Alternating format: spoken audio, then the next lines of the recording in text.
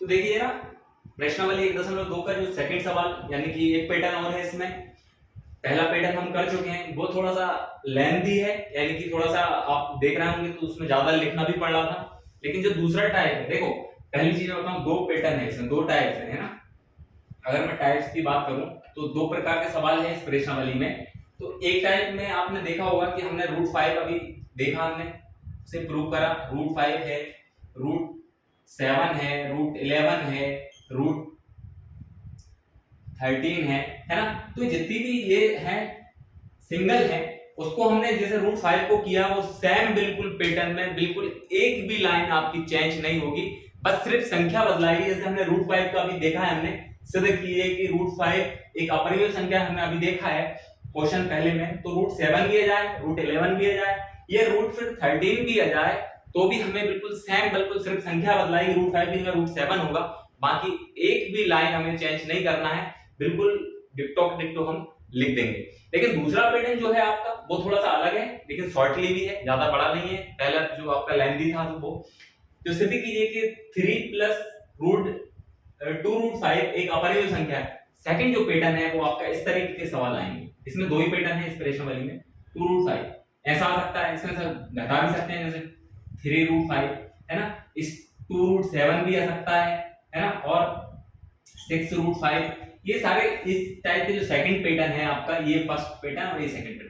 तो इस टाइप के सवाल आए तो हमने एक सवाल कर लिया, सेम बिल्कुल आपको एक सवाल आ रहा है, यानी कि आपको उस पैटर्न का हर एक सवाल आपसे बन जाएगा, ठीक है। और सेकंड पैटर्न ये है आपका 3 प्लस √2 जो कि हम करने वाले हैं अभी। इस पैटर्न के सवाल आएंगे तो इससे पूरा हो जाएगा, है ना। तो फिर आपको बस दो ही पैटर्न है, दो ही और 9 पैटर्न आपने अगर समझ लिए अच्छी तरीके से, फिर आपका एक भी सवाल मिस नहीं होगा, आप बिल्कुल आपका एक भी नंबर वहां से नहीं कटेगा। तो चलिए बिना देर किए चलते हैं हम सेकंड सवाल पे। तो मैंने आपको इसलिए बता दिया क्योंकि एक भी सवाल आप अगर सही से कर लेते हैं तो फिर आपको उस पैटर्न की प्रॉब्लम नहीं होगी। तो देखिएगा,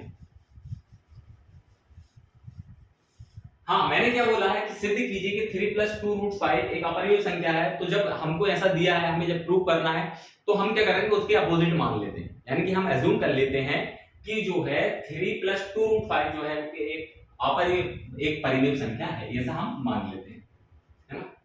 तो माना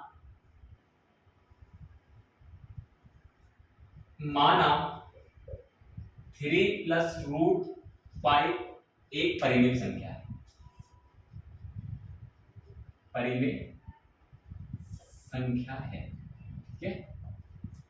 अब जब एक परिमेय संख्या जब हमने मान ली, एज्यूम कर लिया, तो देखिए, तो पी वाई क्यू की फॉर्म में हूं, तो माना 3 प्लस 2√5 ये बराबर क्या हो जाएगा, पी वाई क्यू।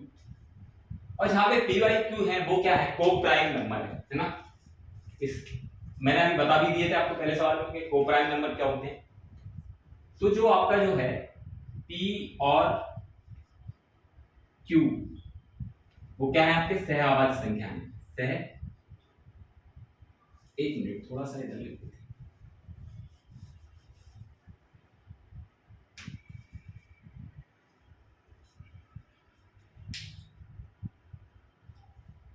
तो P बाय Q जो है वो क्या है, आपकी कोप्राइम यानी कि सहवाज है, जहां P और Q,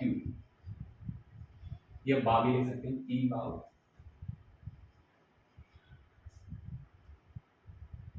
सहआवाज है यानी कि कोप्राइम, ठीक है। और जो Q है वो नॉट इक्वल टू 0, ये तो परिमेय संख्या की आपको पता ही है। अब देखिए जरा क्या करेंगे हम, जो आपको परिमेय संख्या दिख रही है, यानी कि जो बिल्कुल दिख रही है आपकी, जो सॉरी अपरिमेय संख्या, उसको इधर रहने दो, बाकी सबको उधर पहुंचा दो, है ना।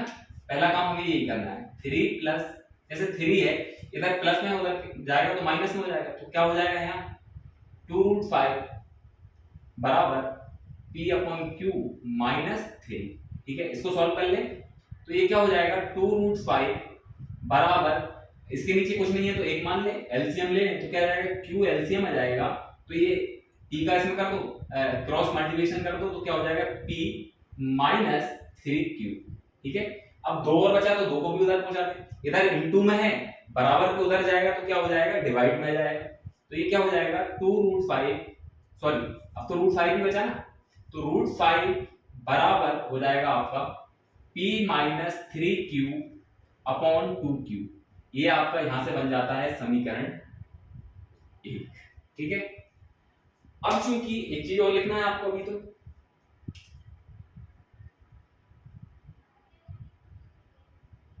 कि आप देख रहे होंगे कि जो p जहां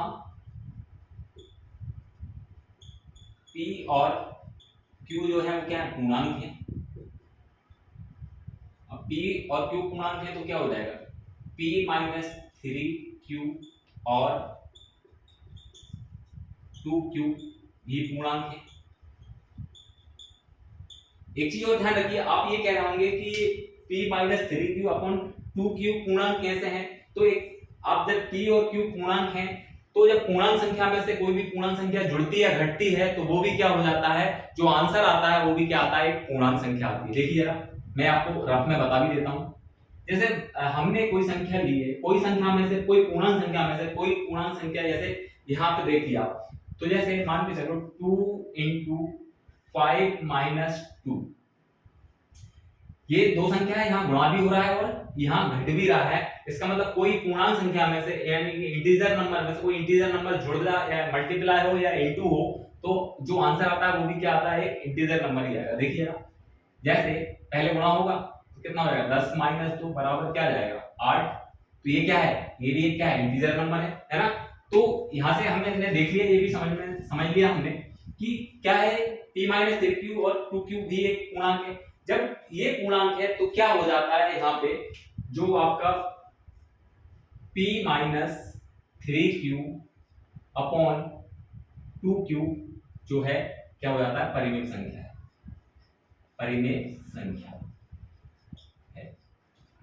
ठीक है, तो ये हमने परिमेय संख्या यहाँ पे बता दिया कि ये परिमेय संख्या है। लेकिन समीकरण 1 से ये कोप्राइम है, जरा प्लीज कोप्राइम। अब देखिए समीकरण 1 से, समीकरण 1 से क्या है, समीकरण 1 √5 बराबर p माइनस 3q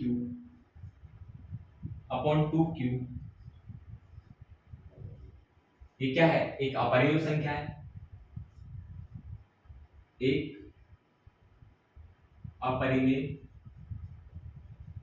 संख्या है। तो ये हमारा क्या होगा, विरोधाभास होगा, गलत होगा, मतलब ये है ना। अभी हम क्या कह रहे थे यहाँ पे, p माइनस 3q, ये कह रहे हैं p minus 3q upon 2q क्या है, एक परिमेय संख्या है।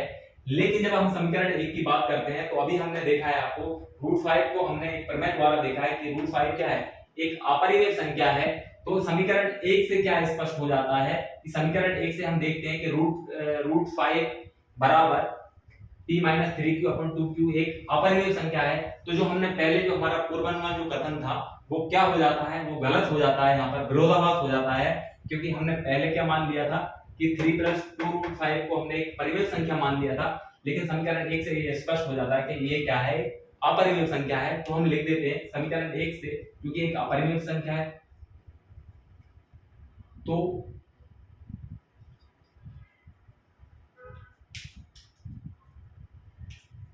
तो हमारा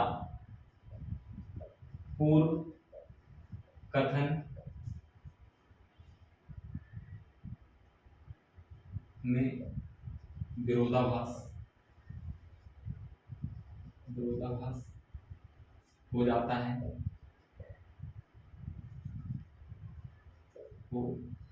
जाता है, अतः पूर्व की गई कल्पना गलत है ना। गलत क्या है, हमने जो एज्यूम किया था, माना था कि ये 3 + 2√5 जो है वो एक परिमेय संख्या है। लेकिन हमने समीकरण 1 से स्पष्ट हो जाता है कि ये क्या है, अपरिमेय संख्या है। तो हमने जो पूर्व की गई कल्पना है वो क्या हो गई, गलत हो गई।